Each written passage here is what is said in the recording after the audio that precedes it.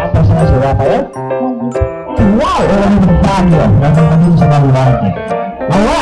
Ginagawin ko lang! Ay! Ilabas mo lang yung random mo. Kanya! Ako naman yung ka. Eh, kung saan mo sa akin, ha? Kahit yung animals na ilangan mo ng musul kamay. Ginagawa mo siya. Kanyang lahat. Ready ka na? Ating Sonic Squidward video, we have! An Eastern Bearded Dragon. Now these ones are native from Australia. These guys will reach around 4 to 24 inches. That's about 2 feet. Now they are omnivores as with insects and green leafy vegetables. This one got their name. Now nag-open lang kanilang pangalan na Eastern Bearded Dragon kasi kapag sila mo ay saktan. Kaya during mating season ay may parang spinal pouch yung lumalabas sa kanilang tanga. Ito po yan.